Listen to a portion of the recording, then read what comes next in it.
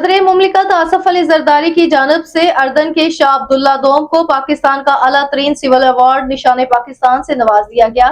اس موقع پر ہونے والی تقریب میں وزیر اعظم شہباز شریف، نائب وزیر اعظم Ishaq Dar, chairman senate Syed Yousuf Raza Gilani, chairman Peoples Party Bilawal Bhutto Zardari, خاتون اول Aseefa Bhutto, field marshal, air chief اور نیول چیف سمیت اعلیٰ حکام بھی موجود تھے۔ ایوان صدر میں منعقدہ اس تقریب میں اعلیٰ حکام اور سیاسی قیادت نے بھی شرکت کی۔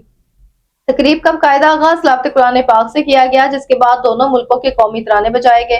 اس موقع پر صدر آصف علی زرداری نے شاہ عبداللہ دوم کو نشان پاکستان عطا کیا۔